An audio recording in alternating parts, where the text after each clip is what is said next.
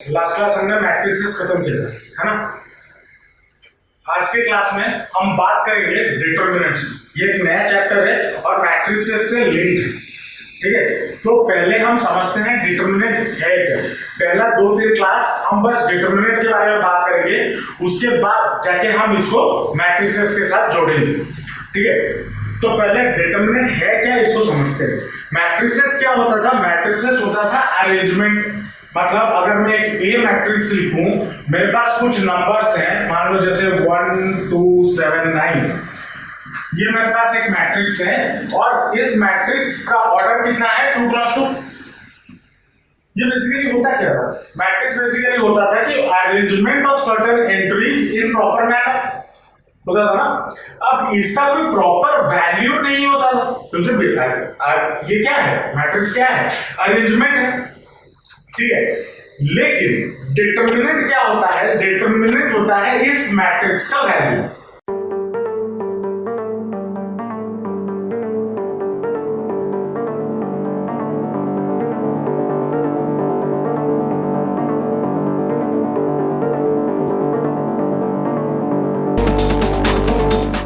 अगर मैं कुछ नंबर्स को अरेंज करके रखता हूं, उसको सॉल्व करने में मुझे आसानी हो, इसलिए हम डिटरमिनेंट सीख रहे हैं, ठीक है। जैसे मान लो अगर मैं बोलूं एक मैट्रिक्स है ये और एक डिटरमिनेंट है, डिटरमिनेंट ऑफ 1 2 7 9, ठीक है।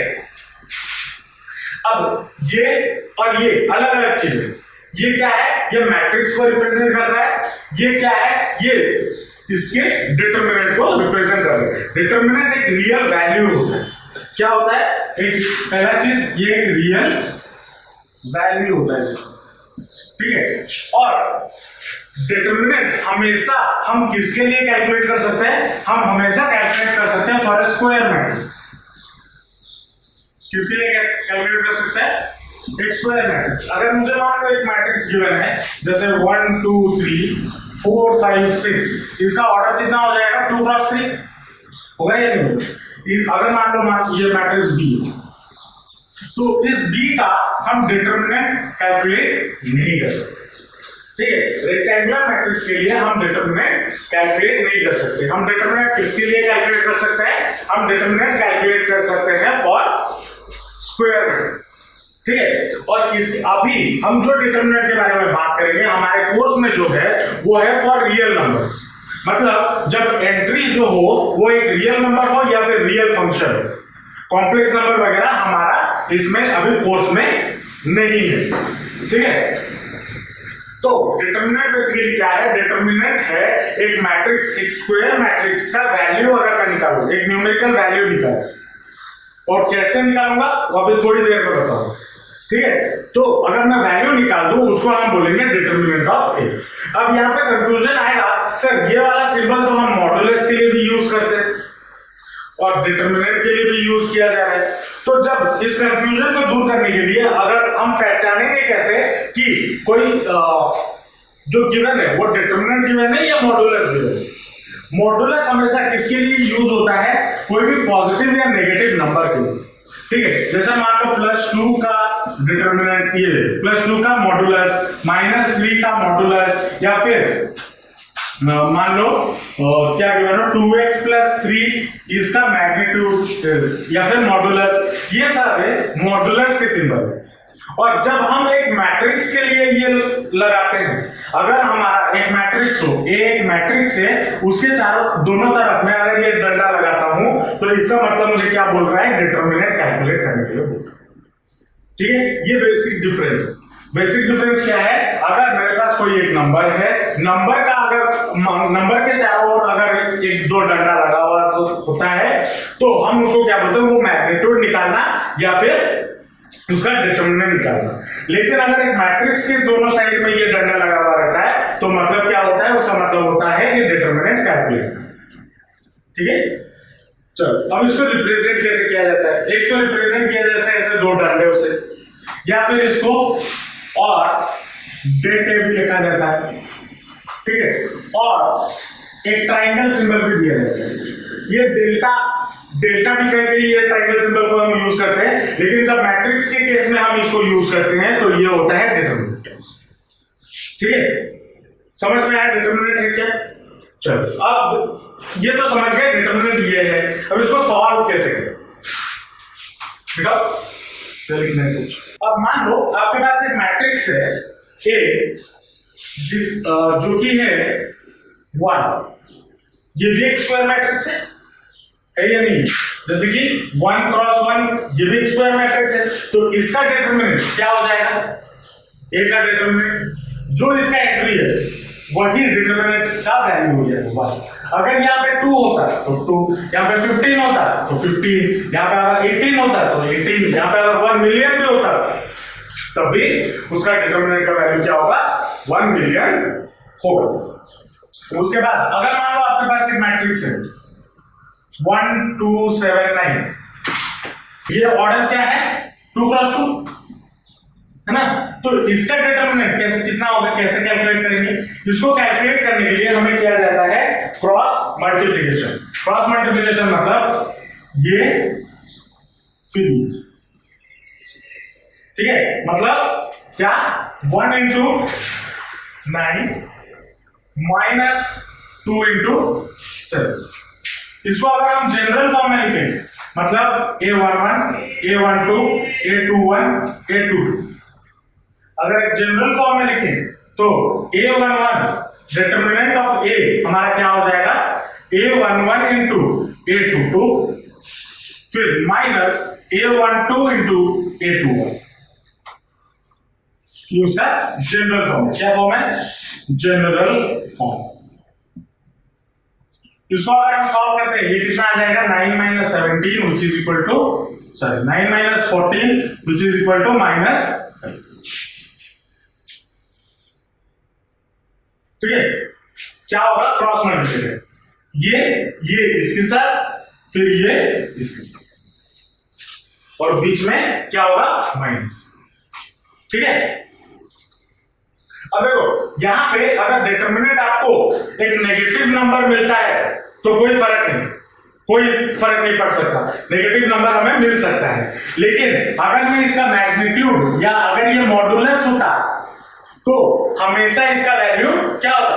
पॉजिटिव में होता। तो इससे भी आप पता कर सकते हो कि ये डिटरमिनेंट है या क्या मैग्नीट्यूड या मॉडुलस। ठीक है, हमारे सिलेबस में 3 क्रॉस 3 मैट्रिक्स का डिटरमिनेंट कैलकुलेट करने तक ही है, उससे ज्यादा और नहीं है।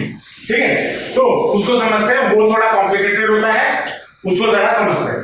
ये लिख चुके, इसको हम जनरल फॉर्म में समझते हैं, फिर क्वेश्चन लेके समझेंगे। मान लो आपके पास एक मैट्रिक्स है ए जिसमें एलिमेंट्स है a11 a12 a13 a21 a22 a23 a31 a32 a33। ठीक है, मान लो ये एक मैट्रिक्स गिवन है। ठीक है, और इसका ऑर्डर क्या है? 3 क्रॉस 3। अगर आपको बोला है कि find the determinant of this matrix of order 3 cross 3, क्या करना होगा? पहला चीज आपको क्या याद रखना होगा? पहला चीज साइन कन्वेंशन याद रखना होगा। कोई बड़ी चीज नहीं है, कोई डिफिकल्ट नहीं है। मैं एक चीज आपको याद बता देता हूं, वो अगर याद रखिए, डिटरमिनेंट में साइन कन्वेंशन में कभी गलती नहीं होगी। क्या? साइन कन्वेंशन हमेशा ऐसा होगा, plus minus plus minus plus minus plus minus plus, ये होगा। अब ये कैसे यूज किया जाएगा बताओ। ठीक है, ये आपका पहला चीज है साइन कन्वेंशन। अब इस जो मैट्रिक्स गिवन है 3 क्रॉस 3 के मैट्रिक्स को हम एक्सपैंड कर सकते हैं आइदर एनी रो या फिर एनी कॉलम। मतलब इसको एक्सपैंड करने का या एक्सपैंडिंग द डिटरमिनेंट को एक्सपैंड करने के लिए मेरे पास कितने तरीके हैं? टोटल 6 तरीके हैं, 6 मेथड्स। ठीक है, 3 तो हो गए रो और 3 हो गए कॉलम। अब कोई भी रो या कोई भी कॉलम से इसको एक्सपैंड करो, आपको आंसर जो मिलेगा, मतलब जो डिटरमिनेंट ऑफ ए मिलेगा वो आपको सेम का सेम ही मिलेगा, आंसर में कोई फर्क नहीं है, लेकिन उसके लिए आपको ये साइन कन्वेंशन भी दिमाग में होना चाहिए। ठीक है, चलो 6 तरीके होते हैं, मैं इसको एक्सपैंड करके दिखाता हूं थ्रू ए रो। एक रो के थ्रू से करेंगे, एक कॉलम के थ्रू से करेंगे, और जैसे रो के थ्रू से करूंगा वैसे ही आप हर रो के लिए कर सकते हो। ठीक है, मैं करता हूं एक्सपैंडिंग अलोंग रो 1, R1 से एक्सपैंड करूंगा।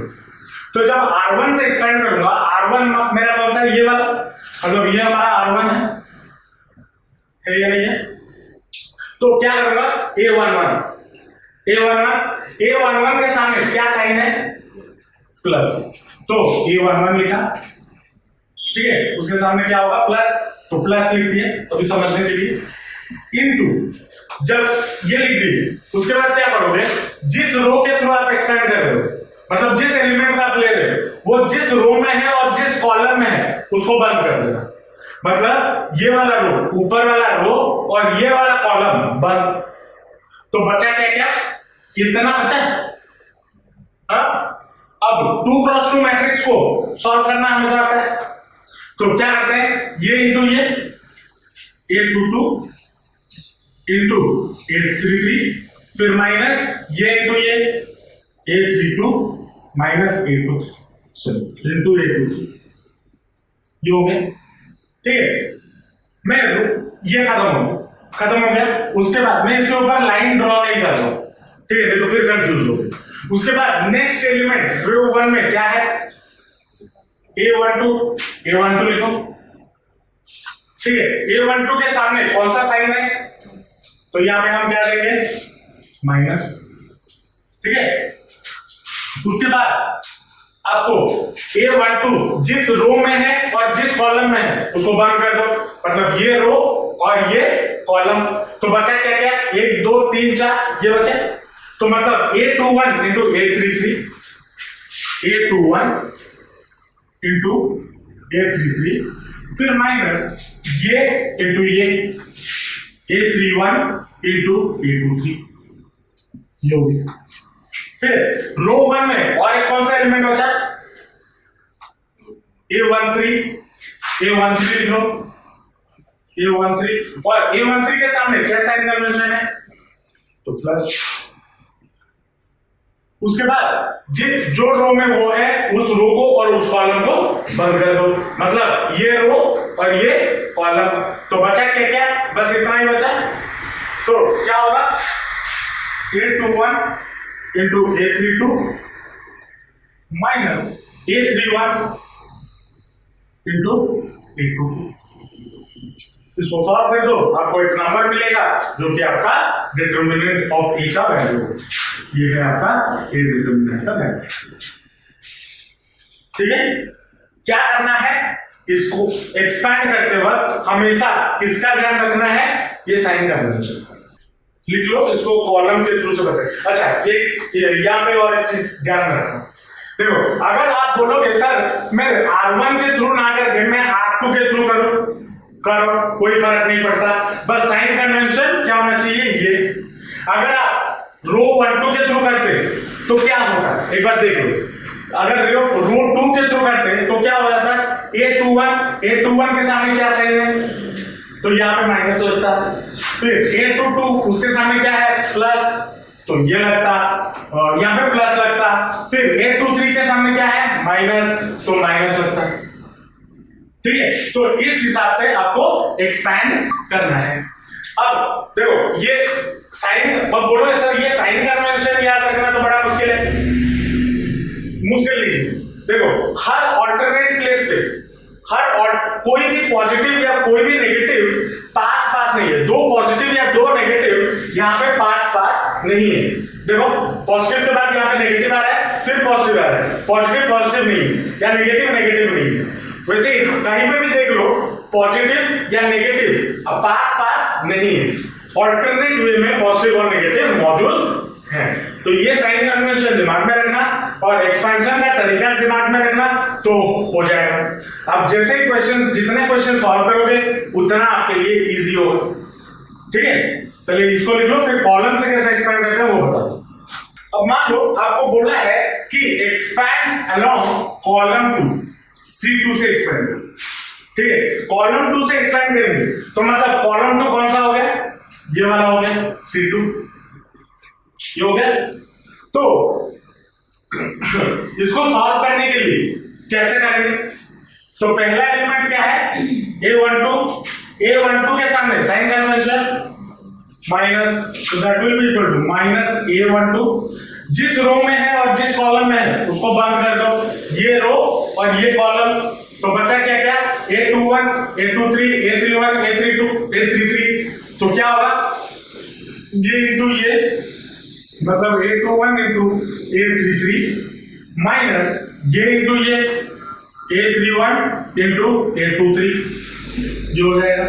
फिर नेक्स्ट एलिमेंट इस कॉलम में क्या आएगा, A22, उसके सामने साइन कन्वेंशन क्या है, प्लस, तो प्लस A22, फिर क्या लिखोगे, ये रो और ये कॉलम बंद, तो बचा क्या, ये और ये, तो क्या होगा, A11 into A33, A11 into A33, फिर minus A31 into A13, A31 into A13, ये हो गया, ठीक है। उसके बाद इस कॉलम में बचा क्या, A32, तो A32 लिखो, फिर उसके सामने साइन कन्वेंशन क्या होगा, माइनस, तो माइनस डाल दो, तो क्या हो जाएगा, ये रो और ये कॉलम बंद, तो बचा क्या क्या, A11 into A23 minus A21 into A1,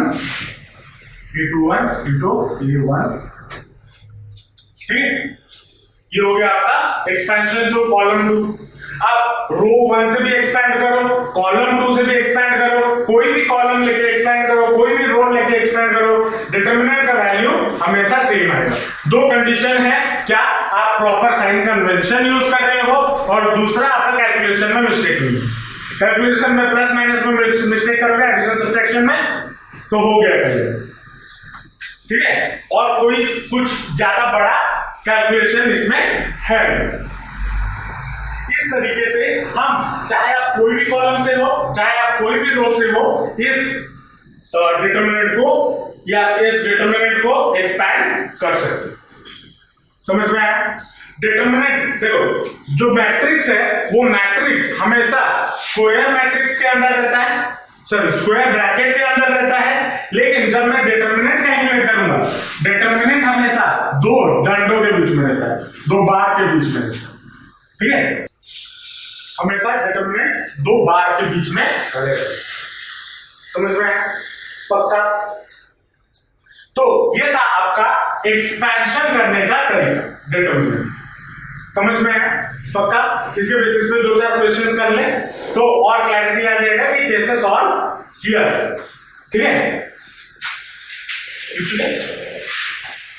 कुछ इंपॉर्टेंट पॉइंट्स डिटरमिनेंट्स को सॉल्व करने के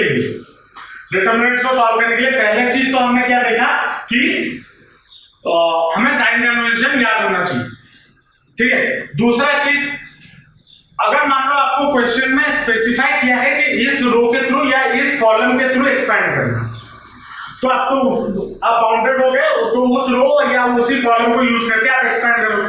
लेकिन अगर मान लो आपको क्वेश्चन में गिवन नहीं है कि कौन सा रो या फिर कौन सा कॉलम के थ्रू एक्सपैंड करना है, तो किस रो को या किस कॉलम को चूज करोगे, वो बहुत इंपॉर्टेंट होता है, क्योंकि एग्जाम में हमारे पास टाइम कम होता है, हमें जल्दी से जल्दी कैलकुलेट करना है। तो उस रो को या उस कॉलम को चूज करना जिसमें ज्यादा नंबर ऑफ जीरोस हो, जिस रो में या जिस कॉलम में अगर कोई एक भी जीरो आपको मिल जाए, उसी रो से या उसी कॉलम से एक्सपैंड करना, या जिस मान लो 2 जीरो मिल जाए तो उसी रो से एक्सपैंड करना या उसी कॉलम से एक्सपैंड करना। ऐसा क्यों, मैं एक एग्जांपल करके दिखाऊंगा तो समझ में आ जाएगा। तो जैसा मान लो आपको एक क्वेश्चन गिवन है, एनसीईआरटी का क्वेश्चन है 2, 4, -5, -1 और बोला है इसको एक्सपैंड करो, ठीक है, या इवैल्यूएट द डिटरमिनेंट दिस। अब इसको इवैल्यूएट करने के लिए बड़ा ही आसान है, क्या है, इसको इसके साथ, तो डिटरमिनेंट इसका वैल्यू क्या हो जाएगा, that will be equal to 2 into -1, 2 into -1, फिर माइनस ऑफ -5 इंटू 4, ये हो जाएगा। अब इसको सॉल्व करो तो कितना हो जाएगा, -2 माइनस ऑफ -20 मतलब -2 plus 20 which is equal to कितना, 80। 2x2 मैट्रिक्स में या 2x2 डिटरमिनेंट में आपको साइन कन्वेंशन की जरूरत नहीं है, ऑटोमेटिक सॉल्व करते जाओ, आपको आंसर मिल जाएगा। ठीक है, चलो अब 2x2 में मान लो कुछ ऐसा आपको गिवन, फाइंड द डिटरमिनेंट, ये बिट 2 में मान लो ये given cos theta minus sine theta, फिर साइन थीटा, फिर cos थीटा बोला है, इसका डिटरमिनेंट निकालो। अब इसका डिटरमिनेंट वही cos theta into cos theta क्या हो जाएगा, cos स्क्वायर थीटा, फिर minus of minus sine theta into sine theta minus sine square theta, ये हो जाएगा cos square theta plus sine square theta. इसका कुछ वैल्यू हमें पता है ट्रिग्नोमेट्री से, क्या होता है, 1 होता है, ये इसका आंसर है। आते हैं ये इस वाले मैट्रिक्स में या इस वाले डिटरमिनेंट, इसका बोला है डिटरमिनेंट कैलकुलेट करो। अब इसका डिटरमिनेंट कैलकुलेट करने के लिए मैंने क्या बोला था, जिस रो में या जिस कॉलम में मैक्सिमम नंबर ऑफ जीरोस हो उसके थ्रू आपको एक्सपेंड करना है। आप बोलोगे सर आप कौन होते हैं, आपका बात हम क्यों सुने, हम जैसे सीखे हैं हम वैसे ही करेंगे, ठीक है कर लो, आंसर वही है, लेकिन देखना कैलकुलेशन में क्या फर्क हो। ठीक है, मान लो आपने बोला कि मैं रो 1 से एक्सपेंड करूंगा, क्योंकि मैं वही सीखा हूं, मुझे रो 1 बहुत प्यारा है, वो मेरा घर का है, मेरा छोटा भाई है, तो मैं रो 1 से एक्सपेंड करूंगा। ठीक है कर लो, एक्सपेंडिंग अराउंड रो 1। अगर एक्सपेंड करें तो साइन कन्वेंशन क्या होता है, प्लस माइनस प्लस, ये दिमाग में होना चाहिए। तो क्या हो जाएगा 3 इंटू ये रो और ये कॉलम 1, फिर 0 इंटू 0 0 माइनस -5 इंटू -1 5, तो -5 यहां पे आ गया, आगे फिर -1 है और उसका साइन कन्वेंशन क्या होता है माइनस, तो माइनस ऑफ माइनस क्या हो जाएगा प्लस, तो यहां पे आ जाएगा कितना +1 इंटू ये कॉलम और ये रो 1, ये कॉलम और ये रो 1, तो बचा क्या 0 इंटू 0 0, फिर 3 इंटू -1 -3, ये हो गया। उसके बाद नेक्स्ट क्या है -2, साइन कन्वेंशन क्या है प्लस माइनस प्लस, तो प्लस, तो क्या हो जाएगा प्लस इंटू -2, तो -2 डायरेक्ट रहेगा, फिर ये रो सॉरी ये कॉलम और ये रो 1, फिर 0 इंटू -5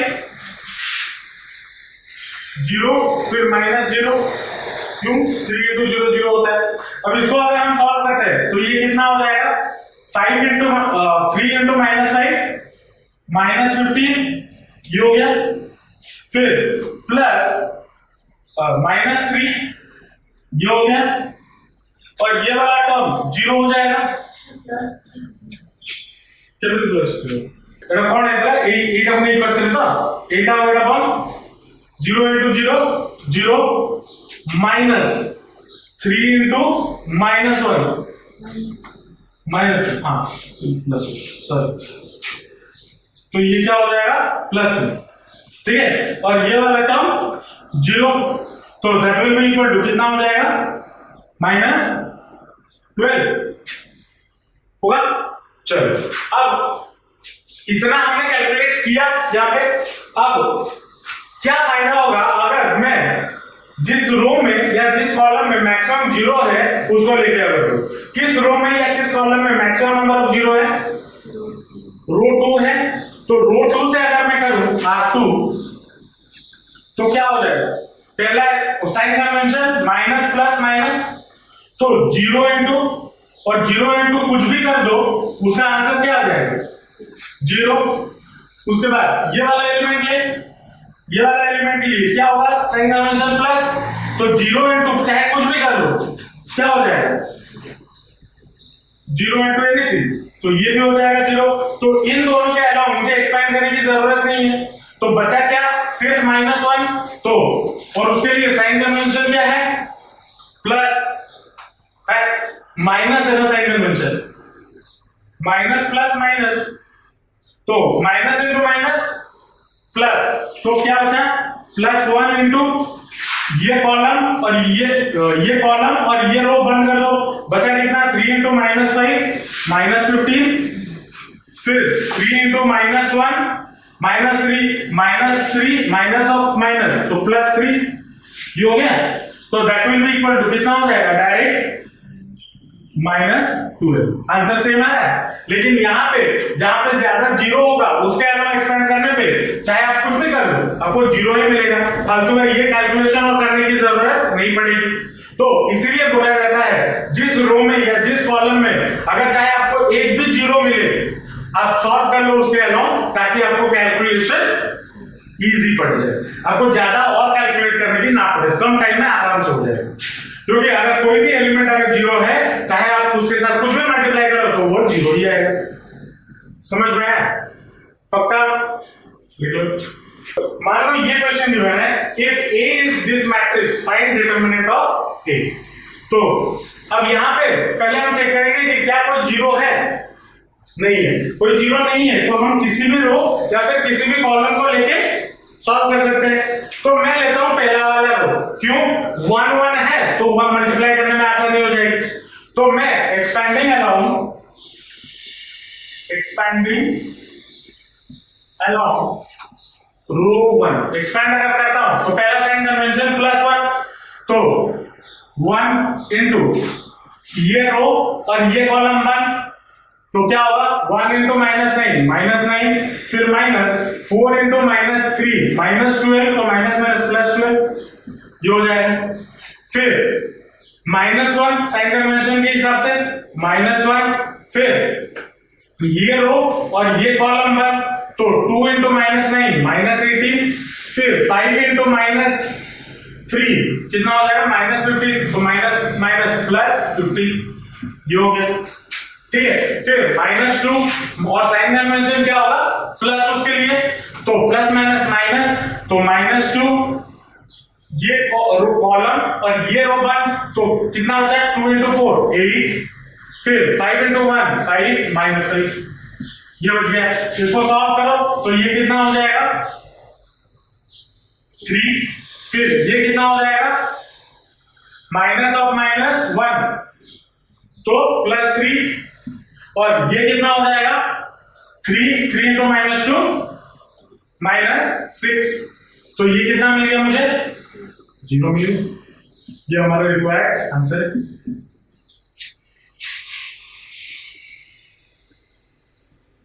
समझ में आया? पक्का? चलो अब इस पे हमें और एक टाइप के क्वेश्चन जुड़े मिलते हैं, जैसे कि अब देखो यहां पे बोला है find the value of x when this determinant is equal to this determinant. अब मैट्रिसेस में क्या होता था, मैट्रिसेस में दो मैट्रिक्स इक्वल तभी होते थे जब उसके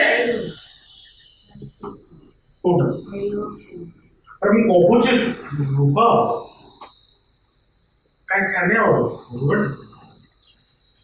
मैट्रिसेस में क्या होता था, मैट्रिसेस में दो मैट्रिक्स को इक्वल होने के लिए क्या होता था, उसका ऑर्डर सेम होना चाहिए और उसके करस्पॉन्डिंग एलिमेंट सेम होने चाहिए। लेकिन डिटरमिनेंट में वैसा कुछ गारंटी नहीं, कुछ भी एलिमेंट हो सकता है। तो आपको क्या करना है, अब ऐसा मत सोचना कि ये डिटरमिनेंट और ये डिटरमिनेंट इक्वल है तो करस्पॉन्डिंग एलिमेंट इक्वल होंगे, नहीं, वो सिर्फ मैट्रिसेस में होता था, डिटरमिनेंट में होगा वैसा कुछ गारंटी नहीं। तो कैसे सॉल्व किया जाए, तो इसको सॉल्व करने के लिए क्या होगा, पहले इस डिटरमिनेंट को सॉल्व करो, फिर इस डिटरमिनेंट को सॉल्व करो, फिर जाके x का वैल्यू निकालो। तो क्या हो जाएगा 2 into 1 2 minus 5 into 4 20 equal to कितना हो जाएगा 2x into x 2x into x 2x square, फिर 6 into 4 24, तो -24 ये हो गया। तो that will be equal to कितना, -18 इक्वल टू 2x स्क्वायर -24 को इस तरफ ले आओ तो 2x square is equal to कितना हो जाएगा, -18 + 24 विच इज इक्वल टू कितना, +6 होगा।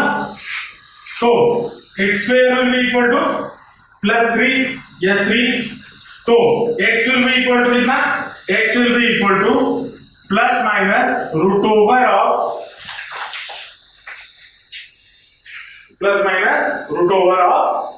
तो डिटरमिनेंट में मुझे पता है तुम क्यों बोल रहे हो, ठीक है, ऐसा नहीं होता है, ये दिमाग में रखना।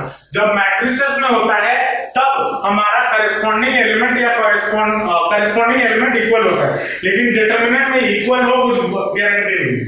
तो उसको हमें क्या करना है, पहले दोनों को सॉल्व करना है, फिर x का वैल्यू निकालना है, ठीक है।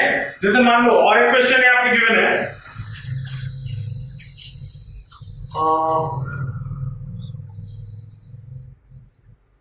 x to 18x equal to 6 to 18 6, मान लो ये गिवन है, ठीक है। अब यहां पे आप सोचोगे कि अगर तुम जो कॉन्सेप्ट लगा रहे थे, अगर हम यहां पे लगाते हैं तो 2 के साथ इक्वल है, यहां पे भी 18 है, यहां पे भी 18 है, तो x का वैल्यू 6 होना चाहिए, लगेगा। जो तुम पहले कॉन्सेप्ट लगा रही थी तो बोलोगे सर डायरेक्ट x का वैल्यू 6 लिख दो, तो पहले चेक करते हैं क्या x का वैल्यू 6 है या नहीं, ठीक है, चेक करते हैं। तो क्या होगा इसको अगर सॉल्व करें, x into x, ये वाला इसको लिखता है, x is equal to ±, इधर अगर हम इसको सॉल्व करें तो ये कितना हो जाएगा, x square -18 into 2, x square minus ये कितना हो जाएगा 36 इज इक्वल टू 6 6 जा 36, फिर 18 2 जा माइनस 18 2 जा 36, ये हो गया। तो यहां पे देखो x स्क्वायर -36 इक्वल टू कितना हो गया 0, तो x square will be equal to कितना हो जाएगा 36, ये होगा। तो x will be equal to ±6 होगा। तो अगर हम यहाँ पे x का वैल्यू आप सिर्फ 6 लिख लेते तो क्या आंसर सही होता, नहीं, +6 भी हो सकता है, -6 भी हो सकता है, ठीक है। तो समझ में आया कैसे सॉल्व करना है, पक्का। तो ये था आपका पहला इंट्रोडक्शन क्लास, या फिर एक बोल सकते हो डिटरमिनेंट को हम कैसे सॉल्व कर सकते हैं, ठीक है। डिटरमिनेंट को सॉल्व करने का तरीका, उसको कैसे एक्सपैंड करते हैं, समझाया, समझ में आया होगा, पक्का। चलो नेक्स्ट क्लास हम इसके प्रॉपर्टीज के बारे में बात करेंगे, प्रॉपर्टीज ऑफ डिटरमिनेंट, ठीक है, प्रॉपर्टीज के बारे में बात करेंगे और उसके रिगार्डिंग कुछ क्वेश्चंस देखेंगे, ठीक है। नेक्स्ट क्लास आने से पहले इसको थोड़ा प्रैक्टिस करके आना, एक्सरसाइज 4.1, ठीक है, एनसीईआरटी के पॉइंट ऑफ व्यू से, एनसीईआरटी के पॉइंट ऑफ व्यू से एक्सरसाइज 4.1 सॉल्व कर लेना तो और आसानी हो जाएगी, 10-15 क्वेश्चन है, सॉल्व कर लेना, ठीक है। चलो मिलते हैं नेक्स्ट क्लास।